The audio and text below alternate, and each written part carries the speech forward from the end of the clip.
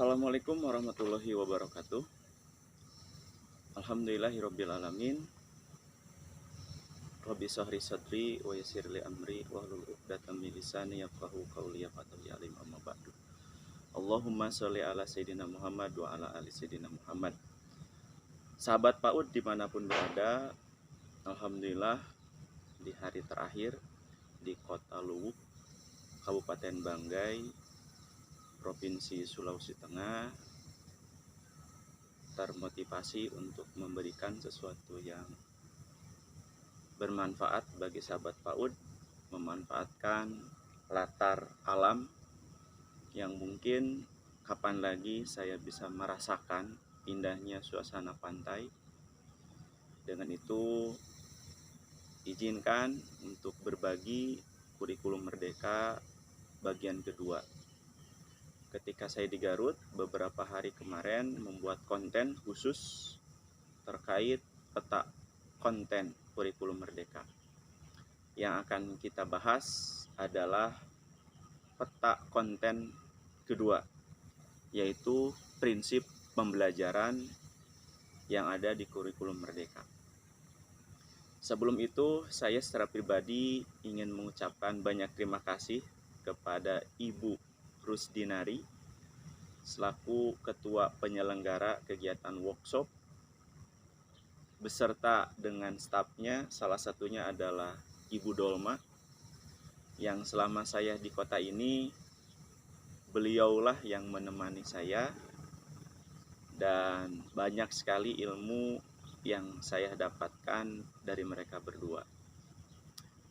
Mudah-mudahan pertemuan kita walaupun hanya beberapa hari menjadi pertemuan yang bermakna bagi saya khususnya dan bagi para peserta workshop yang telah kemarin tutup secara resmi oleh Bunda PAUD Kabupaten Banggai, Provinsi Sulawesi Tengah.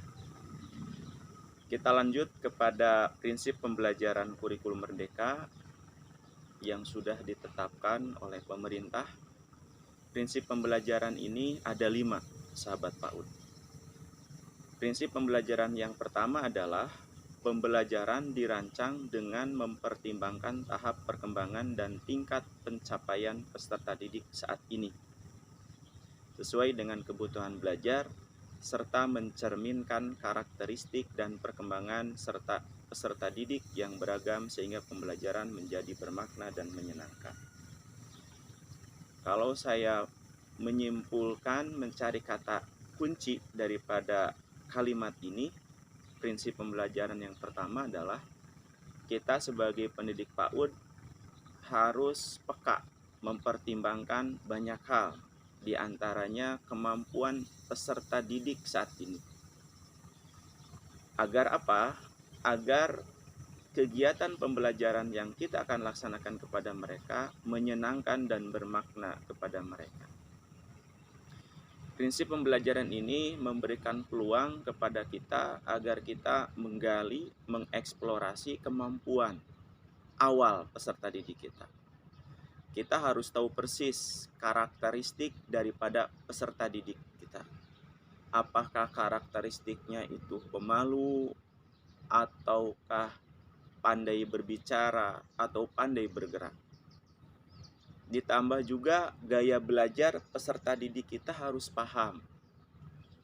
Apakah gaya visual, apakah gaya audio, apakah gaya kinestetik, atau gaya dari gabungan yang tadi saya sebutkan. Ini penting kita miliki agar kita tahu treatment yang pas bagi individu peserta didik kita yang beragam. Sekolah yang bagus bukan menghasilkan semata-mata lulusannya yang pandai berhitung dan pandai berbaca. Akhir-akhir ini orang tua trennya adalah sekolah yang bagus itu jika peserta didiknya itu semuanya bisa baca dan tulis, sehingga mereka berupaya keras agar lulusannya bisa membaca dan menulis, melupakan prinsip perkembangan peserta didiknya. Sehingga ada sebagian orang yang tidak sepakat, calistung diajarkan di jenjang pendidikan TK. Secara pribadi, saya kurang setuju dan membenarkan. Kurang setujunya adalah pada hakikatnya ilmu apapun bisa kita berikan kepada usia berapapun usianya. Dengan catatan harus disesuaikan dengan karakteristik dari anak tersebut. Yang saya tidak setuju adalah jika ada sekolah yang mengajarkan calistung seolah-olah memaksa, mendrill bahwa mereka harus bisa membaca ketika lulus TK. Hal ini sangat penting kita miliki sebagai guru PAUD agar pendidikan yang kita laksanakan itu menyenangkan bagi para peserta didik kita. Di sini ada 3 contoh yang saya temukan dari buku panduan dari prinsip pembelajaran ini. Yang pertama, pada tahun ajaran, pendidik berusaha mencari tahu kesiapan belajar peserta didik dan pencapaian sebelumnya. Di sekolah saya sudah dilakukan yang namanya observasi kemampuan siswa. Ketika mereka masuk sekolah saya sudah menyiapkan beberapa pertanyaan yang harus dijawab jujur oleh para orang tua. Orang tua dikasih pengertian, jawabannya menentukan terhadap treatment, terhadap upaya penanganan dari sekolah terhadap anak didiknya. Yang kedua, dari contoh pelaksanaan prinsip pembelajaran nomor pertama adalah pendidik merancang atau memilih alur tujuan pembelajaran yang sesuai dengan tahap perkembangan peserta didik. Ini sangat penting. Bagaimana mungkin kita bisa merancang sebuah pembelajaran kalau kita kurang data? Kita bukan petinju yang pada ronde akhir melakukan pukulan-pukulan spekulasi. Kalau kena syukur, kalau tidak ya nggak apa-apa. Kita adalah pendidik, yang kita hadapi adalah calon tunas-tunas bangsa. Contoh yang ketiga dari prinsip ini adalah pendidik merancang pembelajaran yang menyenangkan agar peserta didik mengalami proses belajar yang menimbulkan emosi positif. Ini tugas berat bagi kita guru PAUD. Kita adalah peletak batu pertama beraneka ragam pengetahuan yang akan dimiliki oleh peserta didik kita. Jangan sampai cara kita mengajar salah dalam konsep menghitung, sehingga membekas bahwa matematika itu adalah pelajaran yang sulit. Jadi bisa saya simpulkan, prinsip pembelajaran yang pertama adalah kita harus mempertimbangkan banyak hal agar pembelajaran yang kita lakukan menjadi bermakna dan menyenangkan. Prinsip pembelajaran yang kedua adalah pembelajaran dirancang dan dilaksanakan untuk membangun kapasitas untuk menjadi pembelajar sepanjang hayat. Prinsip ini sangat erat kaitannya dengan prinsip yang pertama. Dalam pengertian, ketika kita memberikan pembelajaran yang menyenangkan bagi anak, tanpa kita harus memaksa mereka agar mereka bisa belajar dengan kita, mereka akan antusias mendapatkan pelajaran-pelajaran yang kita berikan. Tradisi-tradisi dulu, guru memaksa agar muridnya memperhatikan apa yang dia jelaskan. Guru memaksa agar muridnya patuh dan tidak bersuara saat dia menjelaskan. Dan ketika peserta didik mau memberikan instruksi seolah-olah tidak ada peluang dan fasilitas seperti itu. Kita berupaya untuk mengarah menjadi sosok ideal, walaupun pada dasarnya kita belum menjadi pribadi yang sempurna. Ini adalah tugas daripada kita untuk memberikan nilai-nilai yang tidak bisa digantikan oleh teknologi. Jadi prinsip pembelajaran nomor 2 adalah pembelajaran yang sepanjang hayat, learning long life. Dalam konteks Islam, pembelajaran dari mulai lahir sampai meninggal. Di sini ada beberapa contoh. Yang pertama, pendidik mendorong peserta didik untuk melakukan refleksi untuk memahami kekuatan diri dan area yang perlu dikembangkan. Jadi ini penting dilakukan oleh guru.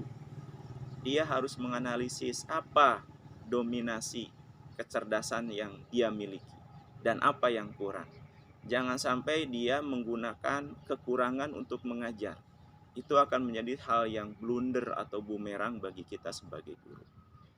cari potensi kita, apakah bercerita, apakah bernyanyi, atau praktek langsung. Sehingga itu adalah jurus andalan kita yang bisa kita eksplorasi, yang bisa kita modifikasi, sehingga pembelajaran kita itu menyenangkan dan memicu mereka belajar untuk sepanjang hayat.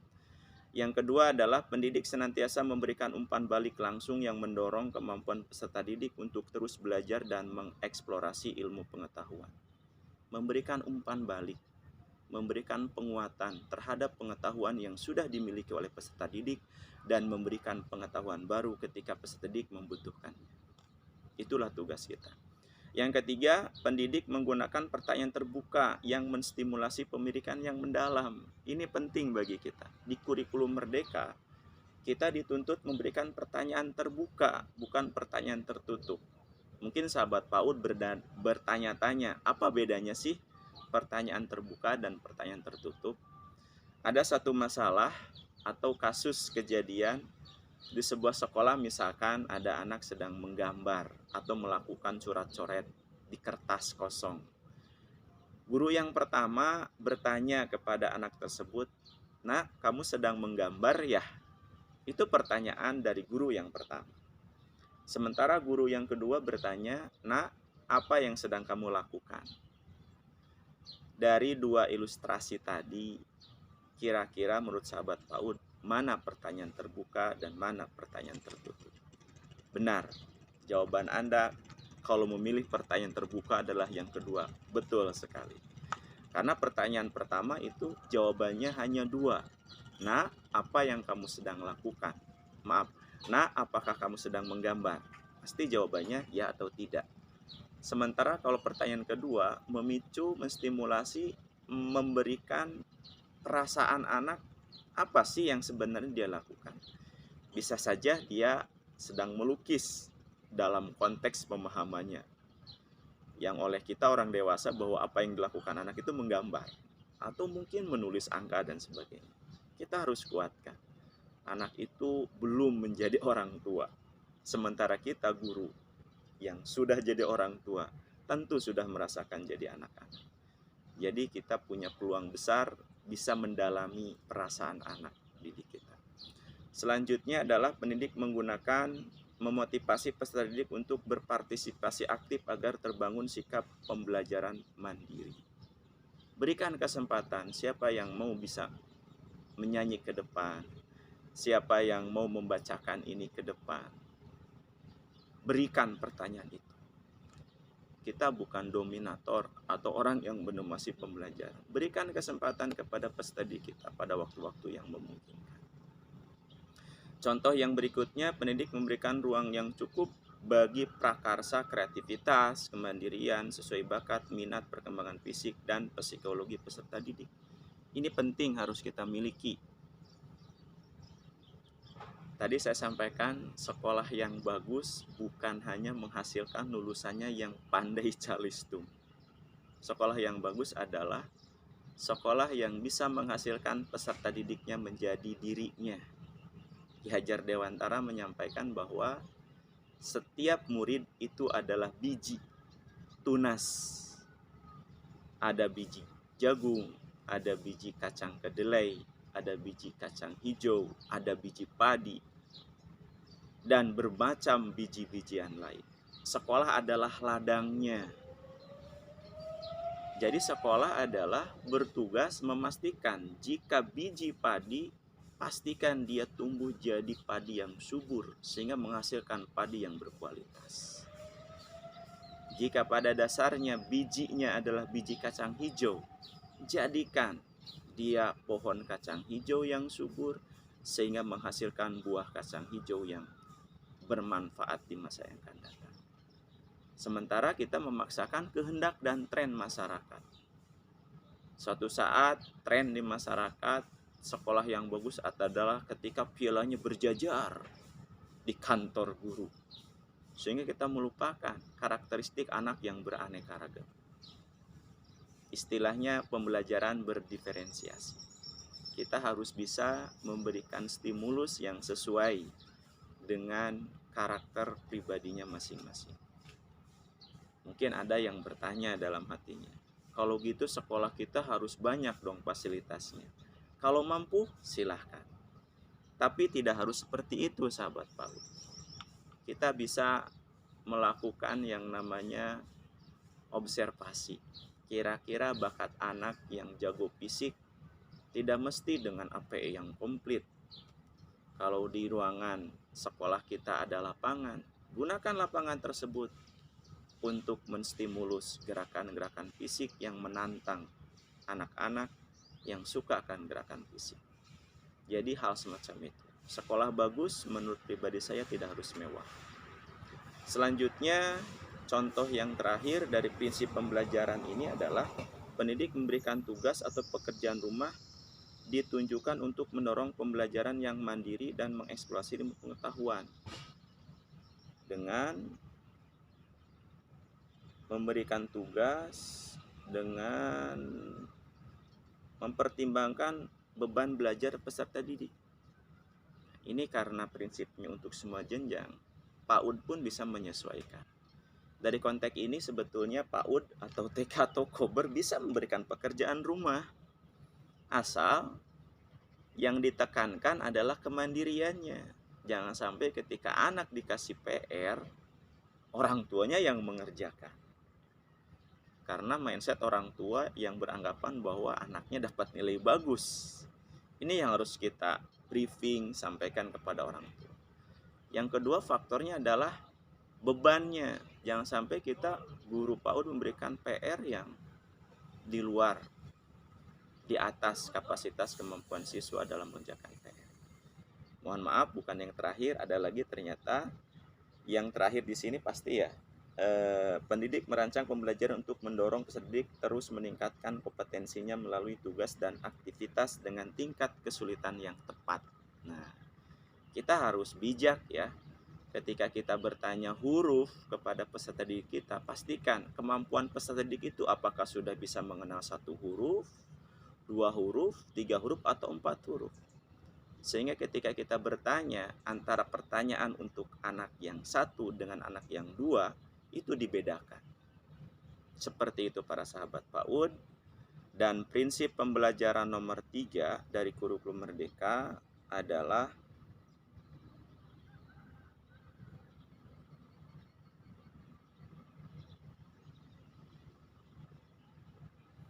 proses pembelajaran mendukung perkembangan kompetensi dan karakteristik peserta didik secara holistik.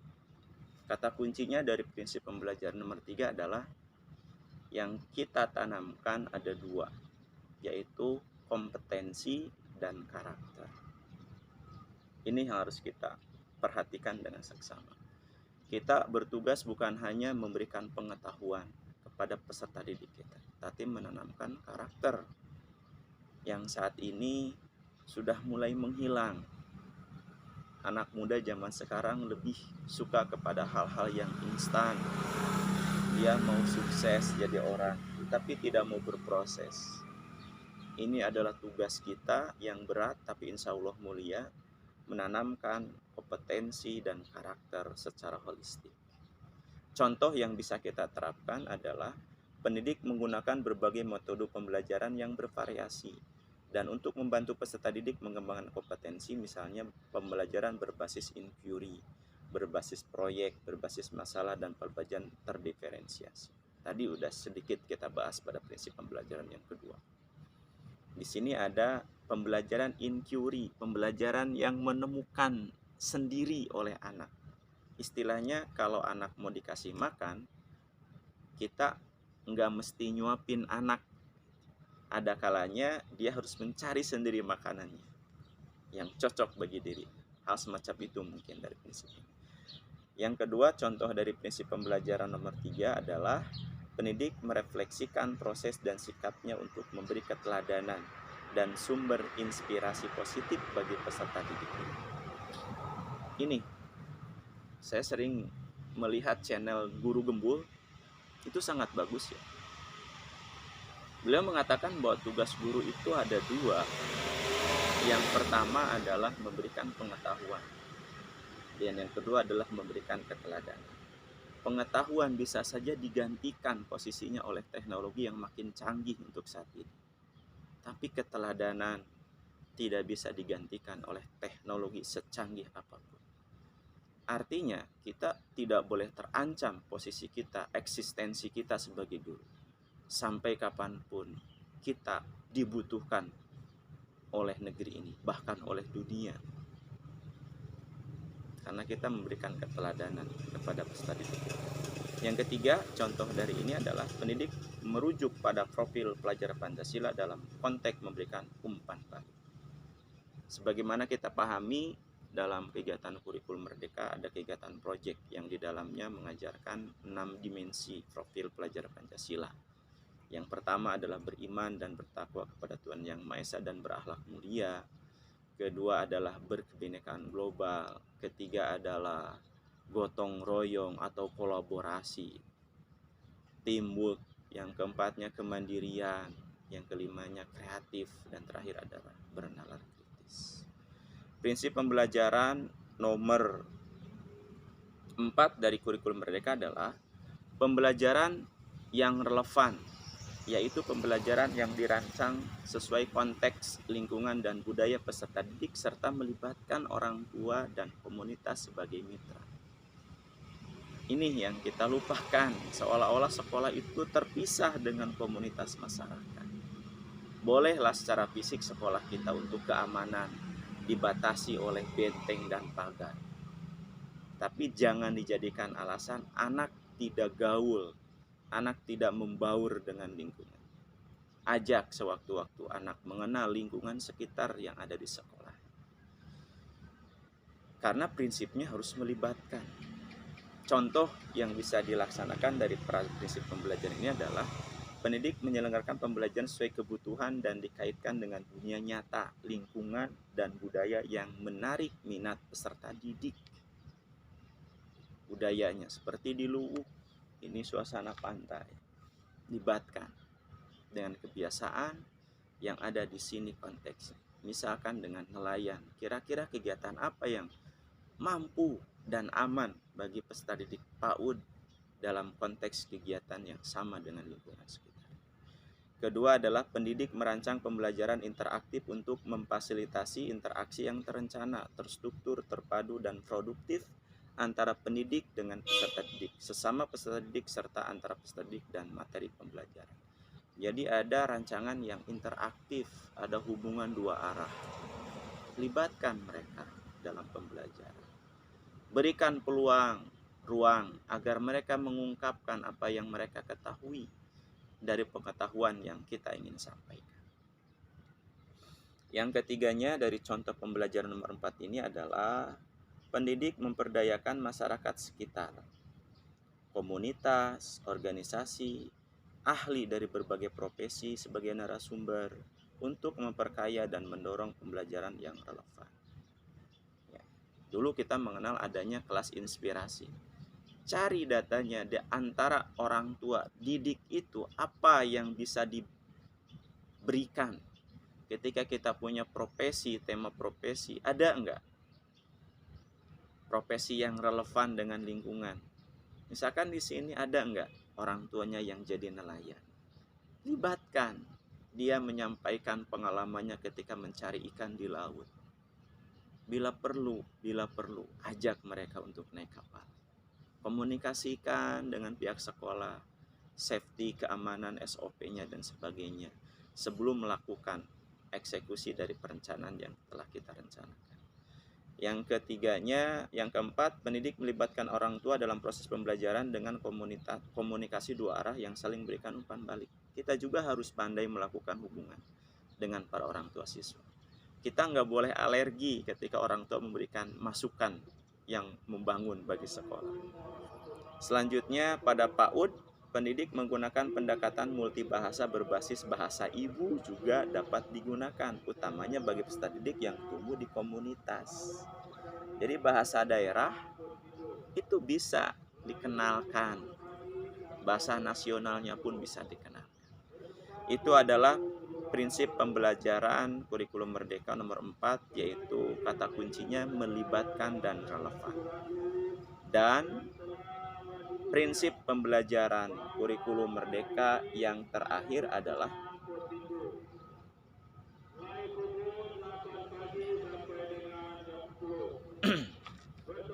yaitu pembelajaran berorientasi pada masa depan yang berkelanjutan. Ini keren ya, prinsip pembelajaran yang kelima ini. Kita harus bisa memicu bahwa para peserta didik kita itu adalah calon penemu-penemu dari permasalahan yang sedang kita alami saat ini. Jangan sampai kita memberikan sejarah berulang-ulang. Siapa penemu lampu Bolha? Murid menjawab Thomas Alva Edison. Siapa penemu mesin uap? James Watt dan sebagainya. Seolah-olah masalah sudah berhenti dengan adanya penemu-penemu tadi. Kalau saya bertanya kepada sahabat, apakah masalah selesai saat ini di mana teknologi sudah serba canggih? Tentu kan jawabannya masih banyak masalah masyarakat yang harus terselesaikan. Di antaranya kebiasaan masyarakat yang masih membuang sampah sembarangan, kemacetan. Tanamkan motivasi, merekalah para peserta didik kita yang menjadi solusi dari permasalahan yang sekarang. Makanya mereka akan semangat mencari pengetahuan yang mereka akan gunakan untuk memecahkan masalah yang terjadi saat ini. Seperti itu sahabat PAUD, mohon maaf, ini adalah upaya yang sederhana yang bisa bengkel PAUD lakukan, memanfaatkan panorama yang bagi saya pribadi jarang saya dapatkan, karena di Kabupaten Garut tidak ada pantainya, cuma daerah Pamengpeuk dan sekitarnya. Kalau di Cilawu tidak ada suasana seperti ini. Mudah-mudahan apa yang tadi saya paparkan bermanfaat bagi sahabat PAUD dimanapun berada. Minta doanya mudah-mudahan kepulangan saya ke Garut dari Luwuk hari ini jam 12 diberikan keselamatan oleh Allah Subhanahu wa Ta'ala. Mohon doanya, mudah-mudahan kita semuanya para pendidik PAUD dimanapun berada diberkahkan upaya kecil apapun yang kita lakukan untuk negeri. Terima kasih. Salam perubahan, salam PAUD Indonesia. Assalamualaikum warahmatullahi wabarakatuh.